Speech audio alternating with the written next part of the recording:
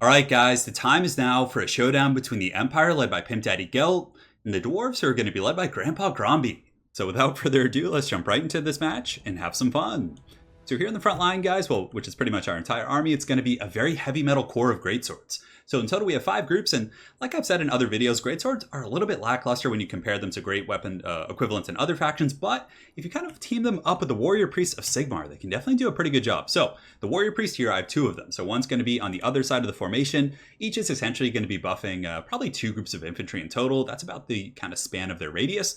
But they can give 6% weapon damage with their banner here. So let's actually go ahead and pause and just take a look at these abilities. So you can see here the banner of Eternal Flame. So this is going to give 6% damage, and that puts their weapon strength up to 33, which is a nice little boost there. On top of that, he's going to be giving the Grand Hammer of Sigmar, which gives 26 battle prayers. It gives 26 melee attack, which is quite strong. Benediction gives leadership, which does matter in the dwarf matchup. They have a lot of like powder weaponry, and there's just a lot of onslaught when you're marching in. And this can kind of keep them from breaking and keep them fighting, which is pretty nice. And of course, we have the Shield of Faith, which is going to give 22% ward save.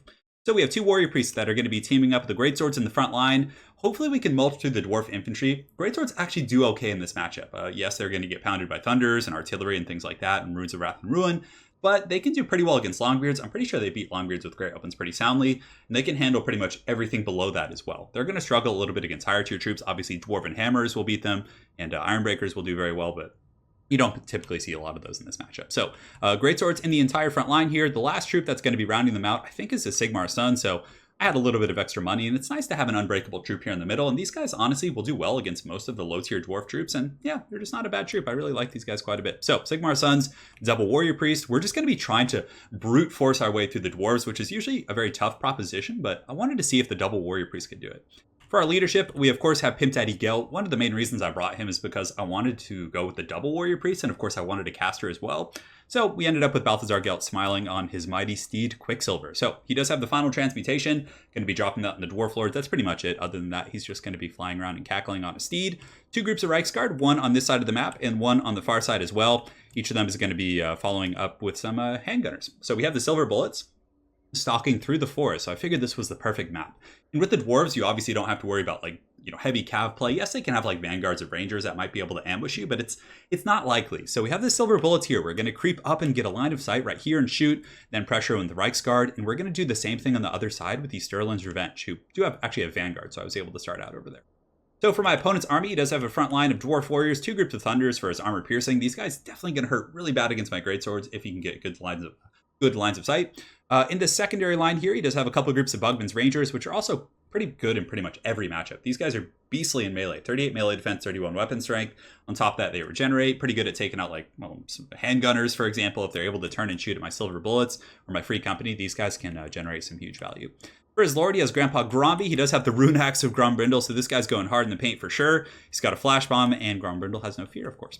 In the back, Dwarf Warriors, Longbeards on the flanks who do have that juicy charge defense against some of my calves, so he's going to be needing that to be pretty effective here. He does also have Dragonback Slayers and Giant Slayers, so pretty good options here for anti-cav. So if Reiksguard, Demogryph Knights, any sort of cav gets caught up by the Giant Slayers or the Dragonback Slayers, they're going to get chopped up pretty bad. And I know he does have the Norgerling's Ironbreakers, which are going to be anchoring the center of his formation here. Yeah, so looking pretty good. So without further ado, guys, let's get the show on the road. So like I said, we're going to be taking a lot of damage on the initial approach. You can see the greatswords here just taking all that thunder fire to the dome. There's also the Bugman's Rangers shooting in, which won't do as much damage considering, they have low armor piercing values, but those thunder is definitely hurting quite a bit, and it's really going to suck when I get into the blasting charge range because this group of greatswords here in the middle is about to face Gotham's Reckoning for sure. So the fire's still coming in. These guys are down to about half health, and it's only going to get worse from here. The Dwarven Onslaught, very, very punishing, and here come the Ironbreakers. So the Ironbreaker is going to drop some hot fire here on the greatswords, which normally armor is pretty good against like blasting charges, but considering how much damage they've already taken and like anything is going to set them over the edge here. So one of the only reasons they're probably still fighting is maybe the Benediction. The blasting charges would have been quite a bit more cost efficient on the Sigmar Suns, but I get it that my opponent wanted to break this group of greatswords because, the armor piercing, of course, is very good. So the mainline fight's underway. The Warrior Priest of Sigmar is going to be leading Sigmar Suns, which is pretty cool, into battle here. And he's got his Pimp Hammer just kind of walking away like a 80s action hero walking away from flame. Very, very cool stuff there. On the other side, the buffs are going to be going down as well. So you can see the Shield of Faith has been popped on the greatsword. So they're going to be colliding with the dwarves in just a brutal clash of metal. On the far side, the ambush is sprung. So right here, you can see that the Sterling's Revenge got a volley off on the Dwarf Warriors. We then pulled them into some greatswords, which is going to be nice. Takes the pressure off our Sterling's Revenge. Now we can probably start shooting into some of the troops in the middle, like the Thunders and the Giant Slayers and things like that. And the Reichsguard are going to pour in as well, and they're going to get a fat charge on these Dwarf Warriors. So the Dwarves, you know, we're a little bit pinned up by the Greatswords, and the Reichsguard just come in a lancing charge here on the side, just absolutely devastating ambush here. But the center is going a little bit rough. I'm definitely taking some huge damage on my Greatswords in the center. Over here it's going well though. Dwarf Warriors, of course, getting pounded out by Sigmar's Sons, especially with the Hammer of Sigmar. And the Silver Bullets have taken up a kind of position here between these two little mounds or barrows, or I don't really know what the term would be to call those right now. I'm a little bit tired here. Thunder is getting some pretty good shots here into the Silver Bullets. Of course they're going to outtrade me because they do have the shields, but we're still giving it back a little bit, and we will be pulling back, and at least we're pressuring our opponent from a multitude of angles. Unfortunately here, Grombrindal is able to just go absolutely crunk and just slap up my Warrior Priest here. Warrior Priests, of course, have poor armor piercing, aren't really a duelist unit, more of a supporting unit, so a little bit scary. So realizing I was taking some heavy fire here, Balthazar Gelt actually jumps in on these Thunders to temporarily disable them. The Reichsguard in the back are just being chased off by the Dragonback Slayers, but the Reichsguard over here were able to shatter these Dwarf Warriors. I pull back, and then there's actually a pocket now.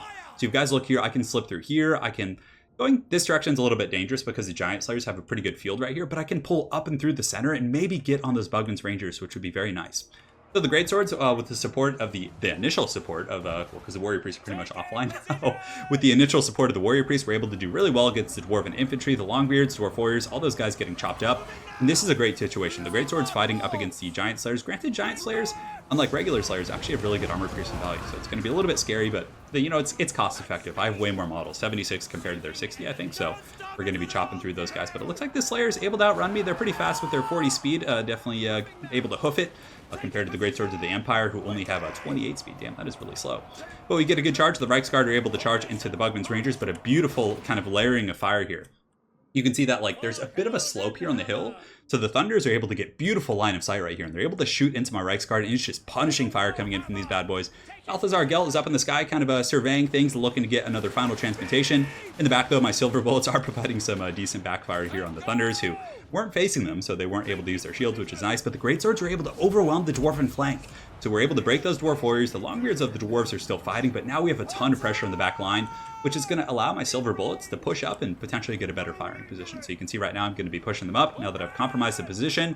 Over here, the Sterling's Revenge doing a great job just working with these Greatswords on the periphery to really kind of wear down the Dwarf troops. And my other group of Reichsguard has gotten through. So now we have a big, open, juicy charge. It's going to be so good and tasty all over these Thunders. Just look at those guys being sent flying into, I wouldn't say another dimension. It wasn't like that impactful, but definitely wasn't bad. So right now we're able to pin down the Thunders, which is great. They've been kind of corralled by these Reichsguard, and the Greatswords are going to be able to catch them. So I think Thunders have 28 speed as well, so yeah, they're about the same as my Great Weapon Infantry. So if we take a look at the battlefield overall, balance of power is relatively even. Grombrindal has just been on the hunt, though. He's just been absolutely spanking my Warrior Priest. It's just been non-stop.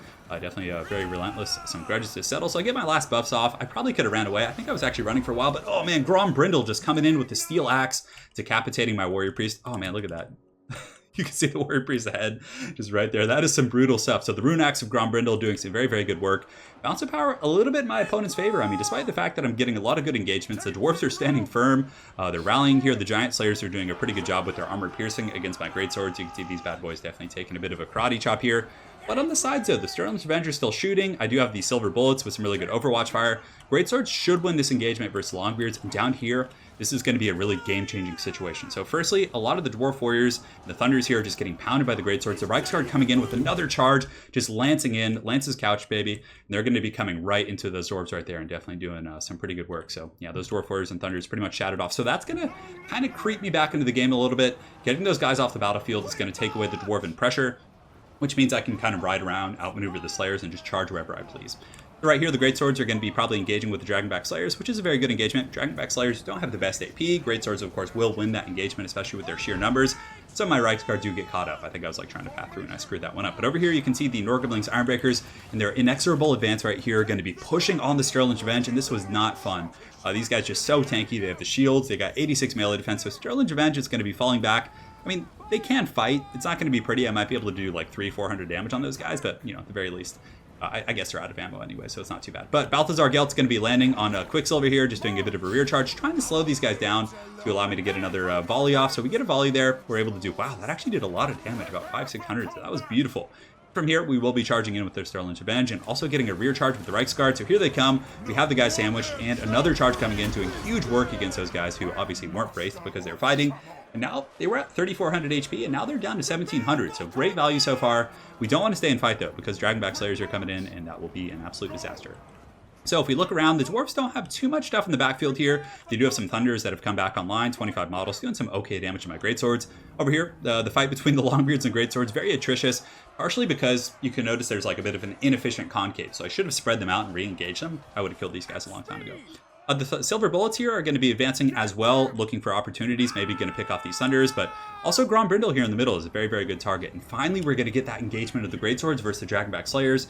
I have a model advantage, and of course the armor advantage is going to be huge here. So the fight is underway. Greatsword's going to be karate chopping some of these Dwarfs, but those Mohawks definitely pretty angry, so it's going to be a bloody one for sure.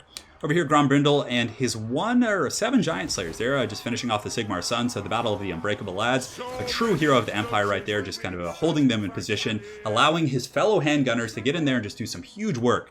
So now GROMBRINDAL's a little bit isolated in the open. He's very slow. He has 32 speed. I can just shoot in there with the Silver Bullets, and even though he does have that magic resist, it's still going to add up and do some pretty decent work. So we're shooting there, some Bugman's Rangers in the back. Looks like he has 10 models. They're going to be providing some counterfire here, but yeah, you can see just massive damage coming in. Reichsguard thinking about getting a charge here, but I was like, you know what? I'm just going to leave these guys. They're getting picked apart by these Silver Bullets anyways. GROMBRINDAL's taking a lot of damage. Let's just use Pimp Daddy Gelt with his steed flying in. He should definitely cause fear or terror with that smile of his. So right there, we're able to terrify those Longbeards and chase them off. Not actually terrify, but you guys get the point. The Greatswords are going to be charging in to attack GROMBRINDAL. They should be able to kill him with the sheer numbers they have here, plus the Overwatch from the Silver Bullets.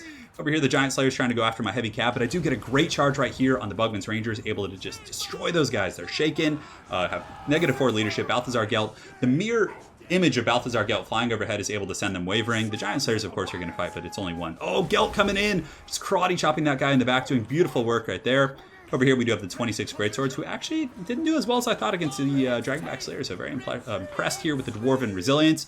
I do have the Sterling's Revenge coming back, but at this point, it's pretty much over. I have the Greatswords, I have the Silver Bullets, I have these Cav. I could easily just shoot these guys down and then charge them into oblivion. So my opponent is going to bow out here, and that is going to be all she wrote for the Dwarfs. So very well played.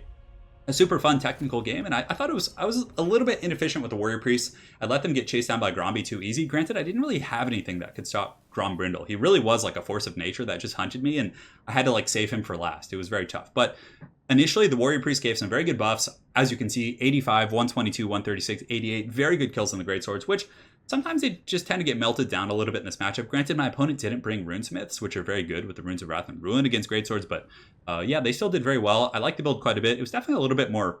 Although the double Witch Hunter build is probably still a little bit stronger against Dwarfs, because I could have just like gooned out GROMBRINDAL in a matter of seconds and then used Accusation on the rest of the Dwarfs, but I don't know, it's pretty good. I mean, the 6% damage, the melee attack, the physical or the ward save, the all-encompassing resist, I guess you could say, was pretty good there. I really like the flanking maneuver with the Sterling's Revenge and the Silver Bullets, like coming out of the forest, pinning down the Dwarves and being supported by the Reichsguard and Greatswords, which was very cool. Of course, Reichsguard, pretty essential here. They didn't get like the most kills, but they did a lot of HP damage and were able to really disrupt the Dwarven line. And for my opponent's force, Dwarf Warriors, I mean, they're an okay pick, but I feel like most Empire players, I don't know, it's like there's so many... It's a hard matchup for Empire as is, but I mean, the Dwarf Warriors are going to be very good and cost-effective against, like, let's say, most state troops, right? So swordsmen, flagellants, things like that, but against greatswords, they're just going to get mulched.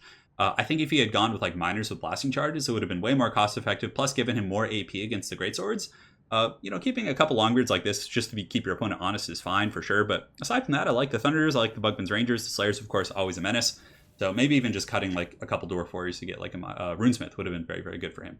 So very well played, my opponent, Siraj the Mirage. Look forward to running into you again on ladder, and hopefully you guys enjoyed this Empire vs. Dwarf game. Have an excellent night, guys, and take care.